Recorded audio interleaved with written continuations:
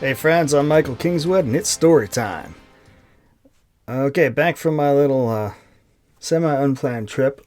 Sorry about the weird intro last week, but it's been a weird couple of weeks in general in the world, right? So the ex and I, we periodically, we're teams for the kids. We get along okay. We periodically take the kids off on family trips, and we had talked about for a while about getting out of Dodge here this summer and going to explore Utah.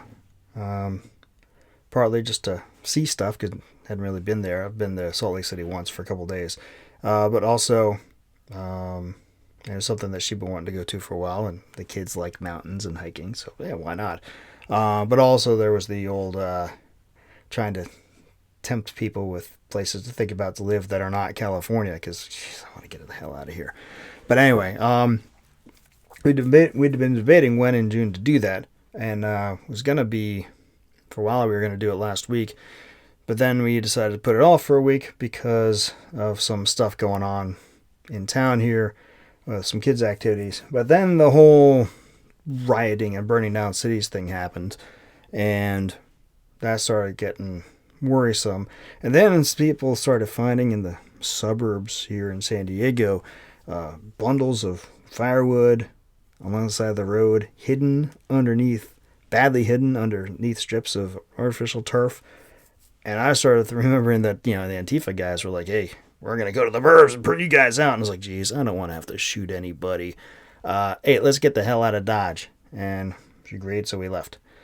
Spent a week driving around Utah, hiking the mountains in Zion and near St. George, and then exploring Salt Lake City in the area to the east of Salt Lake City there, checking out the Salt Lake and the island on there, and hiking a lot and seeing sights. And it was a really cool time. Had a good fun. Expanded my horizons a bit, expanded the kids' horizons, and in that time came to realize, okay, things aren't actually burning the entire place down yet, just select areas for political purposes because it's an election year. So, of course, you have to have chicanery in an election year, apparently. So got back, and so while we were out there, I had recorded the chapters for last week before we left, but I'd forgotten to do the intro. So I did the intro there in the hotel lobby, as I think I told you. And then, so that's the reason why last week's episode was a little funky on the sound quality at the intro. Anyway, we got back. Been doing normal routine here again. And so, new week, time to do another episode. Let's see where we left off at the end of chapter 48. They had just gotten to the station. Let's continue on and see what happens with Joe and company now as they're pushing in towards the end. Maybe. Or maybe towards their death. We'll find out. All right, I hope you enjoy these two chapters. I'll talk to you on the flip side. Chapter 49. Ghost Town. The main corridor was deserted. That was odd. Joe checked her wrist chronometer. 1100. It was far too early for traffic to have died down this much, so where was everybody? A chill ran down her spine as she looked left and right down the passageway. It was wide, wider than any corridor on Pericles, but then the station handled a much larger volume of personnel and cargo than a Starliner could ever dream of. The ring they had docked in was large enough that the corridor's curvature was hard to see unless you focused more than a few meters away. Then the slow upslope in each direction became obvious. Past a few hundred meters in either direction, the floor met the ceiling, apparently, the portions of the ring beyond hidden from view by its curvature. It was often disconcerting to the planet-bound who were used to the ground, or the sea, curving downward in the distance, but to Joe it was natural as the stars in the night sky, even as far removed from it as she had been these last 2 years. The corridor was illuminated at intervals by recessed lights in the ceiling and by lit signs labeling the passageways that crossed every few tens of meters. Artwork from the various regions of Earth and of the other colonized worlds hung at regular intervals, and potted plants as well as the occasional sitting area gave the place a warmer feel than the uninitiated might expect from a space station. But just as people had long ago learned that it paid dividends to design Starliner living quarters as comfortably and naturally as possible to increase morale and productivity, the same held true for stationary bases. People simply responded positively to beauty, to natural things, and so they were included. Joe preferred to focus on the fact that it made life aboard more peaceful than on the practical reasons for doing it. Not that it mattered at this moment. The fact remained that the corridor should have been bustling with activity, or at least have some people scurrying to and fro. "This is bad," Grant said, echoing Joe's thoughts. "They must have locked down this section when we docked." That little chill in Joe's spine became an icy shard of fear. "What do we do?" Grant exchanged a look with his brother, who shrugged. Then Grant grunted and also shrugged. He looked back at Joe with serious eyes. "We go on. Be ready. This could get ugly, fast." With that, he stepped fully into the corridor and turned right, moving at a brisk jog toward the lift, which should lay 200 meters ahead and on the left. Thomas remained still for a moment, then gestured for Joe and Malcolm to get moving. He would bring up the rear. Joe swallowed and drove the loader up into the corridor, following Grant's lead. Malcolm hurried to follow, walking briskly to keep up. At each crossing passageway, Joe half expected troops to jump out and ambush them, but that never happened. She continued along in her loader, driving at a pace that just matched Grant's jog, and within moments they reached the lift leading to the station's central hub. It took a few moments for the lift to arrive in response to their call, giving Thomas plenty of time to catch up. He looked tense, no less so than his brother. Neither of them looked tense enough, though, to match the anxiety coursing through Joe's veins. "This doesn't make any sense," she said. "If they locked the station down, why aren't they coming to get us? Why is the lift working?" Grant shook his head. He had no more answer to give. Even Malcolm looked perplexed. "Nothing for it but to keep going," Thomas offered. That was the problem, though. The lift was the only way to get to the central hub. Sure, there were emergency access tubes, but they were merely ladder wells, and the hub lay a few kilometers above them. It would be a difficult climb for an unencumbered person, even though the G's would gradually reduce as they neared the hub, and the centripetal acceleration for the ring's motion faded. But they were far from unencumbered. It would be next to impossible to haul the incubator up a ladder.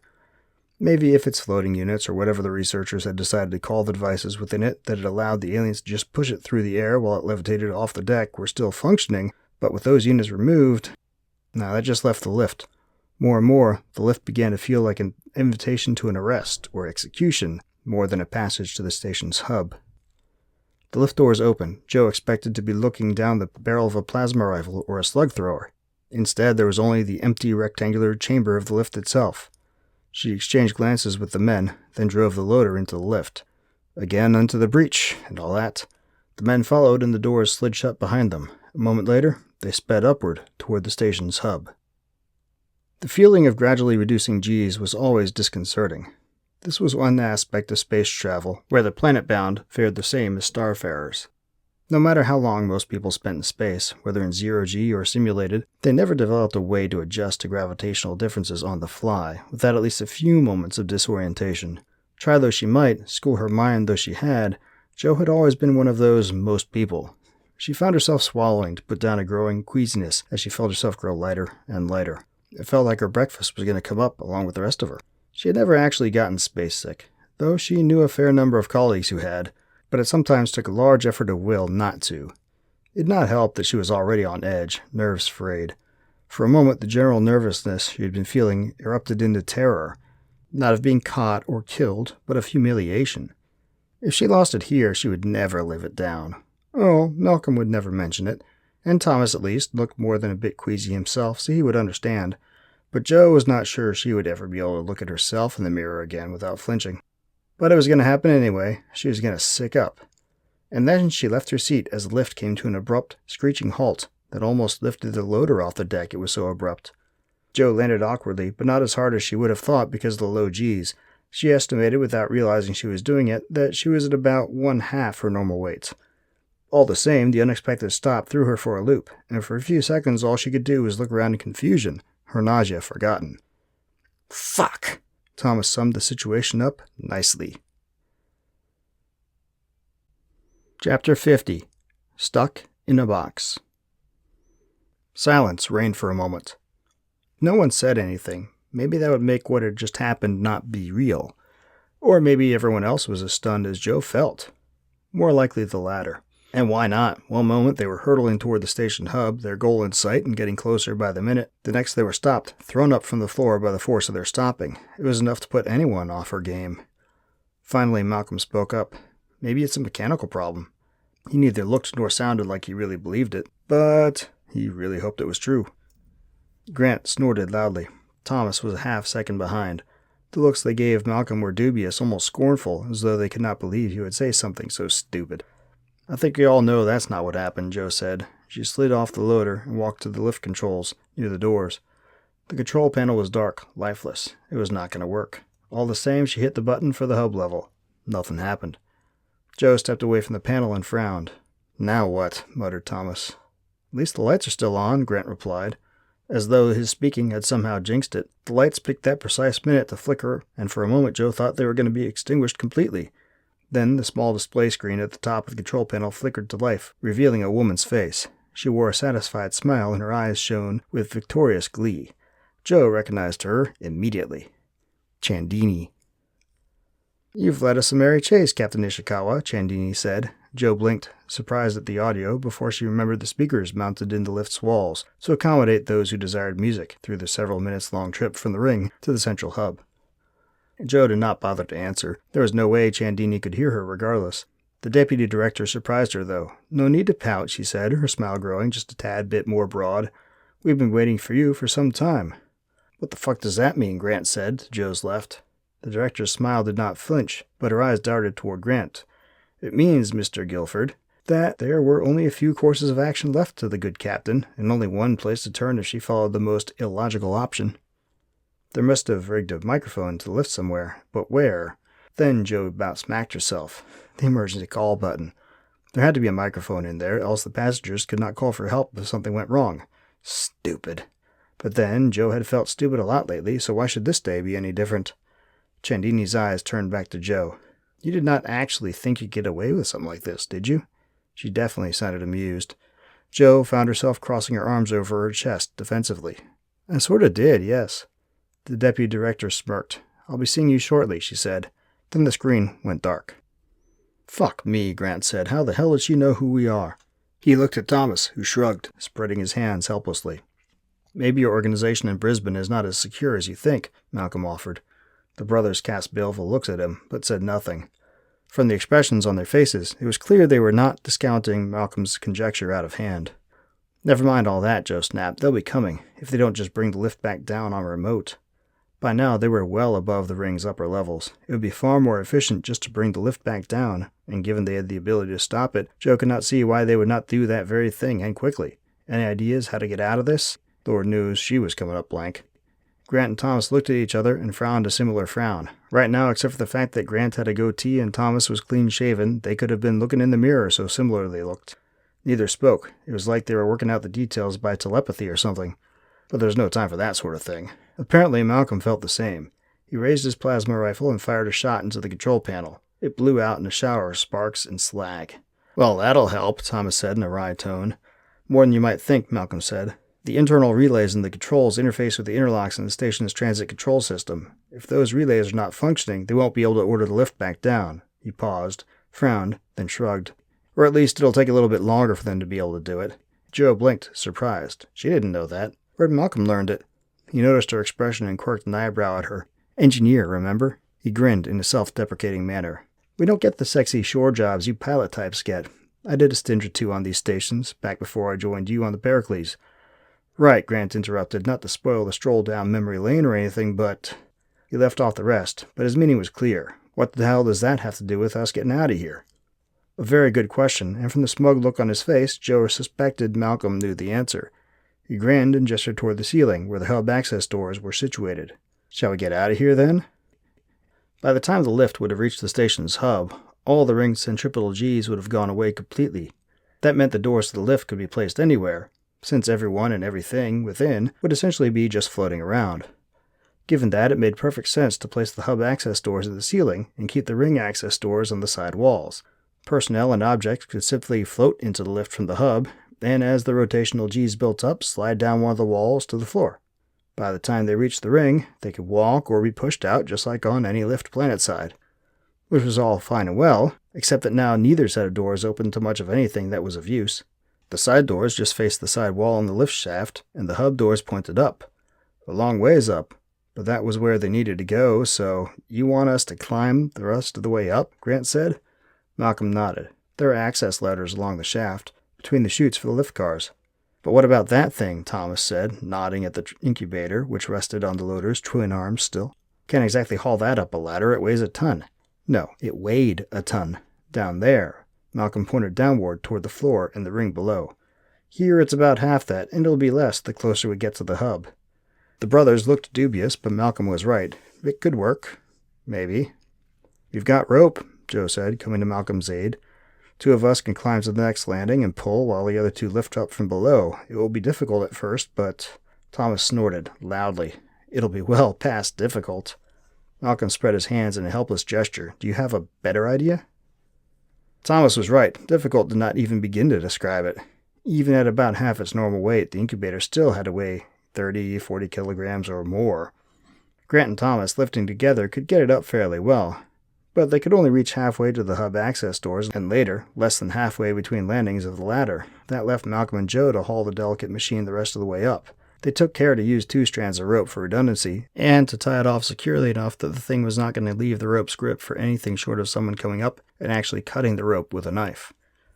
All the same, for the first several landings, the only thing Joe could think of was what would happen if they lost it somehow.